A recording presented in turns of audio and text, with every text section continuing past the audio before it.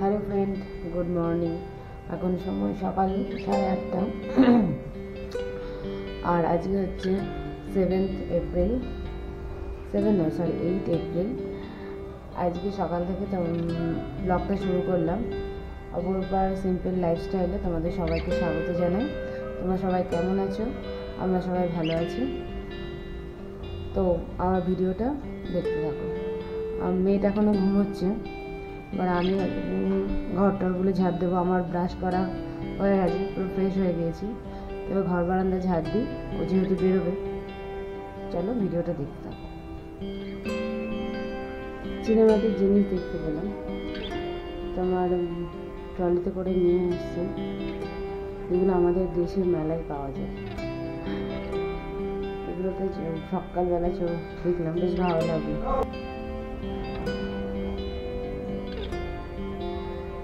চলো, ঘর বারান্দা ঝাড় দেওয়া, দৌড়ে জল দেওয়া হয়ে গেছে। এবার টিফিনটা গুছিয়ে দিই।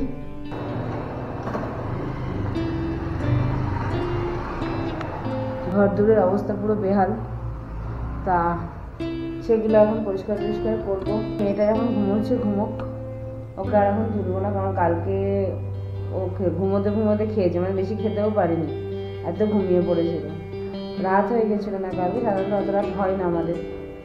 যাই হোক, কেয়ার করা যাবে। ঘুম থেকে উঠুক, তারপরে ওকে কিছু ভারী খাবার খাইয়ে দেবো। দেখো, মহারানী ঘুম থেকে উঠলেন। গুড মর্নিং বলে দাও সবাইকে। Good morning. ওদিকে তাকিয়ে বলো গুড মর্নিং। এবার কেবি মাই চুল খোলা বলতে নেই। ঘুম থেকে উঠলো, এনাকে ফ্রেশ করি, ব্রাশ করে টয়লেট করুক, ফ্রেশ হোক। বদমাইশি সারাদিন এবার চলবে তো বদমাইশি। সাইকেল চালাবো না আজকে। কেন? চলো, এনাকে ফ্রেশ করে তারপরে এনার টিফিন ব্রেকফাস্ট করে দিই, খাওয়া দাওয়া করুক। তো ওকে ফ্রেশ করিয়ে দিয়েছি, ব্রাশ ট্রাশ করে। তো এখন খেলছে। এবার ওর জন্য স্মুদিটা বানিয়ে নিই। গরম জলটা বসিয়ে দিয়েছি। এবার এর মধ্যে তো তোমার রাগি দিয়ে দেবো। যে রাগি দিয়ে ওটাকে ভালো করে ফুটিয়ে নিয়ে ওটাকে এক জায়গায় ঢেলে রাখবো, এটার মধ্যে ঢেলে রাখবো। দিয়ে তারপর বিভিন্ন রকম ফ্রুট দিয়ে ওটা বানাবো। জলটা ফুটে গেছে, এবার রাগিটা দিয়ে দিই। দিয়ে এটাকে ভালো করে ফুটিয়ে এটাকে ঠান্ডা করতে দেবো, তারপরে মিক্সিতে দেবো। ঠিক আছে? ওখানে ফুটতে রাগিটা কত ঘন হয়ে গেছে। এটা আরো ঠান্ডা হলে আরো ঘন হয়ে যাবে। 1 গ্লাস মতো জল দিয়েছিলাম, ফুটে গিয়ে কত নিচে নেমে গেছে, জানি না তোমরা দেখতে পাচ্ছ নাকি। এ দেখো, একটা কলা দিলাম, সামান্য একটু দই দিয়ে দিলাম।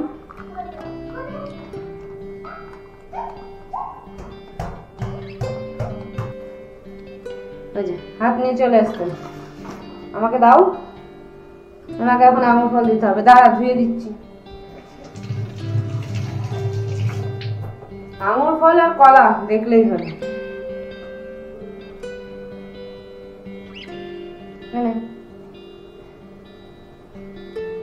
এ দেখো, এই কটা আঙুর ফল দিয়ে দিলাম এর মধ্যে। আঙুর ফল দিলাম। এ দেখো, খেজুরটার মধ্যে দিয়ে দিলাম 2টো খেজুর, আর সামান্য একটু মধু দেবো, আর একটুখানি জাবড়ি দিয়ে দিলাম একটু টেস্টের জন্য। এই কটা জিনিসই দিলাম।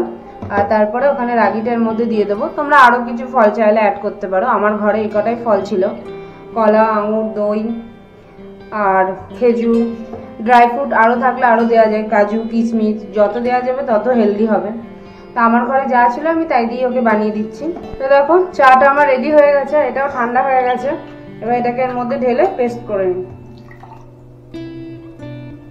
এই দেখো, পুরো স্মুদি তৈরি। দেখো, 1/2 গ্লাস জল ছিল, সেখানে 1 গ্লাস হয়ে গেছে। এটা তোমরা বাচ্চাদেরকে করে একবার ট্রাই করে দেখতে পারো কেমন। আমার মনে হয় ভালো লাগবে, কারণ আমিও প্রথম দিন যখন দিয়েছিলাম তখন আমিও ভাবলাম যে কি জানি ওর হয়তো ভালো নাও লাগতে পারে। তারপরে দেখলাম যে খেয়ে নিল, কিছু বললো না। চলো, ওকে এটা দিয়ে নিই। আর আমার এদিকে চাটাও রেডি। এবার দুজনে মিলে ব্রেকফাস্টটা করে নিই। 10:30 বেজে গেল। কত ফিনিশ হয়ে যাবে। ওই দেখো, ও বলছে আমার এক্ষুনি ফিনিশ হয়ে যাবে। আর একটুখানি তো বেশি নেই। তখন তোমাদেরকে বললাম যে চাটা খেয়ে তারপর তোমাদের সামনে আসছি, কিন্তু তারপরে প্রচুর কাজ ছিল আজকে, প্রচুর। যেহেতু শনি রবিবার বাড়ি থাকে না, তাই বাজার হাট সব কিছু করা হয়।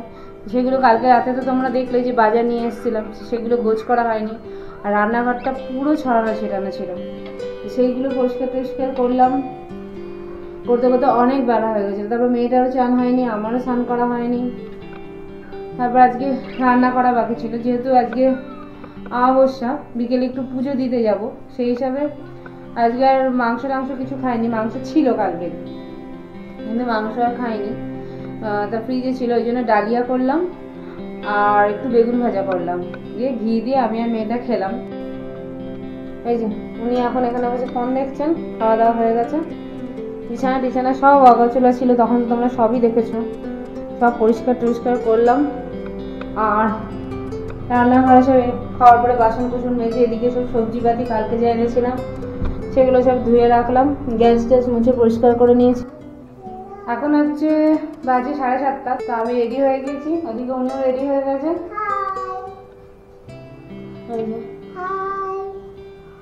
ও রেডি হয়ে গেছে। তো এখন যাবো সে পুজো দিতে। তো তোমাদের বলেছি না আজকে অমাবস্যা, তা যাও পুজো দিয়ে 7:30 পুজো, 7টায় পুজোয় বসবে। 7:30 বেজে গেছে। তো চলো তাড়াতাড়ি যাই, পুজোটা দিই। বেরোলাম, যাই দেখি পুজো কত দূর হলো। এমনিতে আমাদের আজকে বেরোতে দেরি হয়ে গেছে, ও কাজ করছিল তাই জন্য বেরোতে দেরি হয়ে গেছে। ওই যে পুজো আরম্ভ হয়ে গেছে।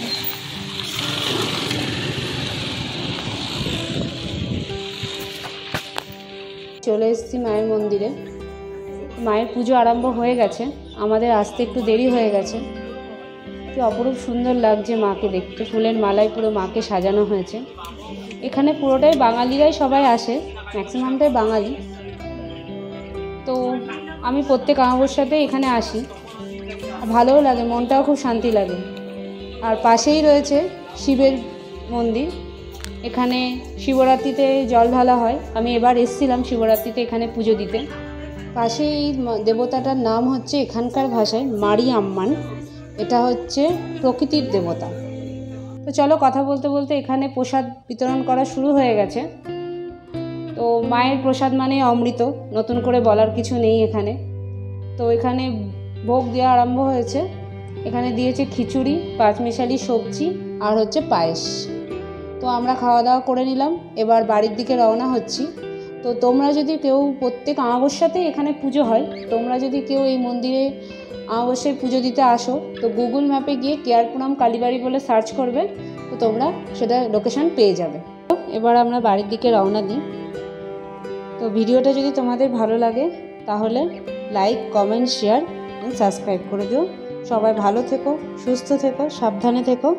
আজকের মতো শুভরাত্রি, টাটা।